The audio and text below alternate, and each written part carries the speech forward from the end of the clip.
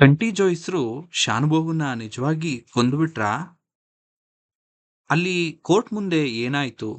Judge ನೋಡಿದ್ರಲ್ಲ, ಏನಾಗುತ್ತೆ ಈಗ?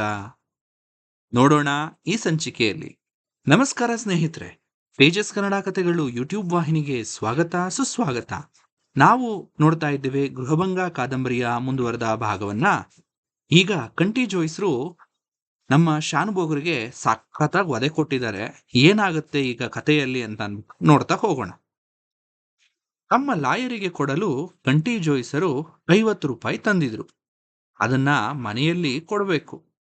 ಲಾಯರಿಗೆ ಕೋರ್ಟಿನ ಆಫೀಸಿನಲ್ಲಿ ಸ್ವಲ್ಪ ಕೆಲಸವಿತ್ತು.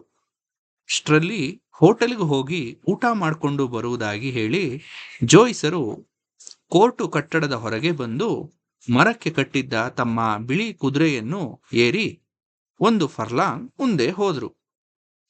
ಅಷ್ಟರಲ್ಲಿ ಶಾಮಣ್ಣ ಒಬ್ಬನೇ ಹೋಗುತ್ತಿದ್ದುದು ಕಾಣಿಸ್ತು. ಅವರಿಗೆ ಇದ್ದಕ್ಕಿದ್ದಂತೆಯೇ ಕೋಪ ಭೋಗ್ಯಂದಿತು.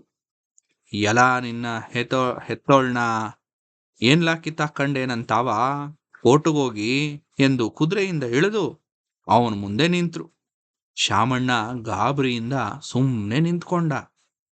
ಜೋಯಿಸ್ರು ತಮ್ಮ ಬಲಗಾಲಿನ ಬೂಟನ್ನ ಕೈಗೆ ತೆಗೆದುಕೊಂಡು ಅವನ ತಲೆಯ ಮೇಲೆ ಮೆಟ್ಟಿದ್ರು. ಶಾಮಣ್ಣನೂ ಕೈ ಮಾಡ್ದ. ಇಬ್ಬರು ತಮ್ಮ ಬಲವನ್ನೆಲ್ಲ ಬಿಟ್ಟು ಕುತ್ತಿಗೆ ಬಗ್ಗಿಸಿಕೊಂಡು ಬೆನ್ನಿನ ಮೇಲೆ ಹಿಡಿದ ರಭಸಕ್ಕೆ ಅವನು ನೆಲಕ್ಕೆ ಉರುಳುವುದೇ ಅಲ್ಲ, ಬಾಯಿಯಿಂದ ರಕ್ತ ಬಂದು ಪ್ರಜ್ಞೆ ತಪ್ಪಿ ಬಿದ್ದು ಬಿಟ್ಟ. ಅದುವರೆಗೂ ಕಂಟಿ ಜೋಯಿಸರಿಗೆ ಸಾಧಾರಣ ಬುದ್ಧಿಯೇ ಕೈಲಿರಲಿಲ್ಲ.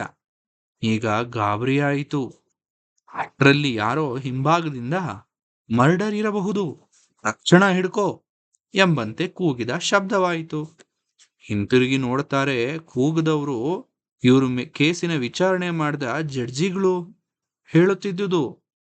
ಅವರ ಜೊತೆಯಲ್ಲಿ ರಕ್ಷಕನಾಗಿ ಬರುತ್ತಿದ್ದ ಪೊಲೀಸ್ ಪ್ಯಾದೆಗೆ. ಜೋಯಿಸರ ಮೈ ಇದ್ದಕ್ಕಿದ್ದಂತೆಯೇ ಬೆವರಿತು. ಪೊಲೀಸಿನವನು ನುಗ್ಗಿ ಬಂದ. ಇವರು ಮಿಂಚಿನಂತೆ ತಮ್ಮ ಕುದುರೆಯ ಮೇಲೆ ನೆಗೆದು ಅದರ ಬೆನ್ನು ಚಬುಕಿದ್ರು. ಇನ್ನು 1 ಮಾರು ಹತ್ತಿರ ಇದ್ದರೆ ಪೊಲೀಸಿನವನು ಇವನನ್ನು ಹಿಡಿಯುತ್ತಿದ್ದ. ಅಷ್ಟರಲ್ಲಿ ಕುದುರೆ ಛಂಗನೆ ನೆಗೆದು ಬಾಣದಂತೆ ದೌಡಾಯಿಸಿತು. ಜೋಯಿಸರು ತಿರುಗಿ ನೋಡಲಿಲ್ಲ. ಮೋಟಾರು ಸೇತುವೆಯ ಮೇಲೆ ಜೋರಿನಿಂದ ಕುದುರೆಯನ್ನು ಓಡಿಸಿ ಅಲ್ಲಿಂದ ಬಲಭಾಗದ ಹಳ್ಳಗಳ ಕೆಳಗೆ ತಿರುಗಿಸಿದ್ರು. ಸಿಕ್ಕಿದ ದಾರಿಯಲ್ಲಿ ನುಗ್ಗಿಸಿ ಸಂಜೆಯ ಹೊತ್ತಿಗೆ ಬರಗೂರಿನ ಹತ್ತಿರಕ್ಕೆ ಬಂದರು. ಪೊಲೀಸಿನವರು ತನ್ನ ಹಿಂದೆ ಖಂಡಿತ ಹೊರಟಿದ್ದಾರೆ. ಕೊಲೆ ಮಾಡಿದವನನ್ನು ಎಲ್ಲಿದ್ದರೂ ಹಿಡಿಯಬೇಕೆಂದು ಸಂಸ್ಥಾನದ ಆಮ್ಲೆ ಹುಕುಂ ಕೊಟ್ಟಿರುತ್ತಾರೆ. ಫಾಸಿ ಶಿಕ್ಷೆಯಾಗುತ್ತೆ. ಜಡ್ಜ್ಗಳೇ ಕಣ್ಣಾರೆ ಕಂಡಿರುವುದರಿಂದ ಯಾವ ಲಾಯರು ಏನೂ ಮಾಡೋ ಹಾಗಿಲ್ಲ. ಈ ಸಂಸ್ಥಾನನೇ ಬಿಟ್ಟು ಬಿಡಬೇಕು ಎಂಬ ನಿಶ್ಚಯ ಮನಸ್ಸಿನಲ್ಲಿ ಬಂತು.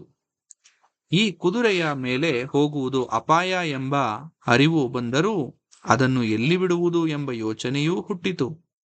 ಬಲಭಾಗಕ್ಕೆ 4 ಮೈಲಿ ತಿರುಗಿ ದಣಿದು ಹೋಗಿದ್ದ ಕುದುರೆಯನ್ನ ನಿಲ್ಲಿಸಿ ಊರ ಕಡೆಗೆ ಹೊರಟ್ರು. ಅಲ್ಲಿಂದ ನಾಗಲಾಪುರ 5 ಮೈಲಿಯ ದೂರ. ಕುದುರೆಗೆ ಪರಿಚಿತವಾದ ದಾರಿ. ಹೇಗೆ ಹೋದರೂ ಮನೆಗೆ ಹೋಗುತ್ತೆ, ಅಥವಾ ಮತ್ತೆ ಯಾರ ಕೈಗೆ ಸಿಕ್ಕಿದರೂ ಬೇಕಾದರೆ ಕಟ್ಟಿ ಹಾಕಿ ಸವಾರಿ ಮಾಡಿಕೊಳ್ಳಲಿ.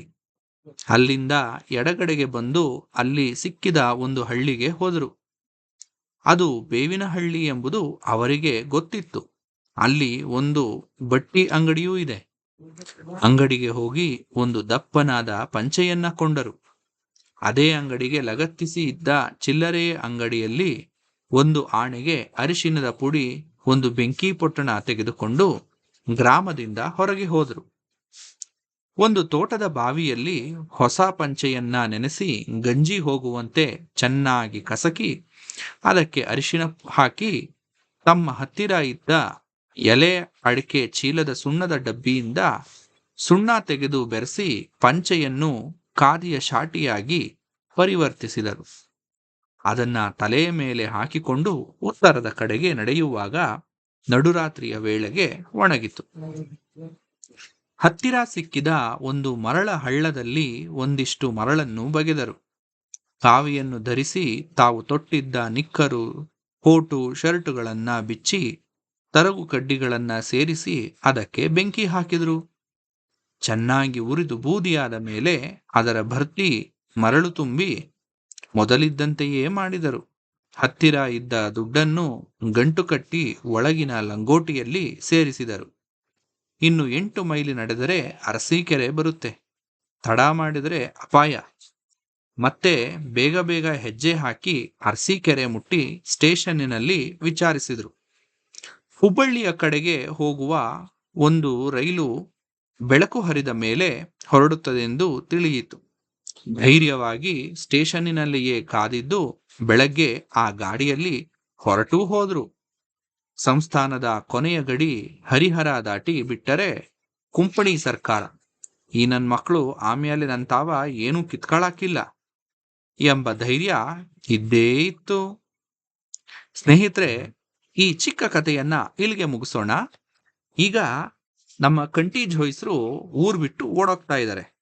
ಇಲ್ಲಿ ಮಗಳು ಹೆಣ್ಮಗಳನ್ನ ಹೆತ್ತು ಮನೇಲಿದ್ದಾಳೆ. ಮಗನಿಗೆ ಸ್ಟ್ರೋಕ್ ಆಗಿ ಮನೇಲಿದ್ದಾನೆ. ಎಲ್ರನ್ನು ಬಿಟ್ಟು ಇವ್ರು ಯಾಕೆ ಹೀಗೆ ಹೋಗ್ತಾ ಇದ್ದಾರೆ, ಮುಂದೆ ಏನ್ ಮಾಡ್ತಾರೆ, ಈಗ ಮನೆಯವ್ರ ಪರಿಸ್ಥಿತಿ ಏನು ಎಂಬುದನ್ನ ಮುಂದಿನ ಒಂದು ಸಂಚಿಕೆಯಲ್ಲಿ ನೋಡ್ತಾ ಹೋಗೋಣ. ಎಲ್ಲರಿಗೂ ಶುಭವಾಗಲಿ, ಶುಭ ದಿನ. ನೀವಿನ್ನು ನಮ್ಮ ಚಾನಲ್ ಅನ್ನ ಸಬ್ಸ್ಕ್ರೈಬ್ ಮಾಡಿದರೆ ದಯವಿಟ್ಟು ಸಬ್ಸ್ಕ್ರೈಬ್ ಮಾಡಿ. ಎಲ್ಲರಿಗೂ ಶುಭವಾಗಲಿ, ಶುಭ ದಿನ.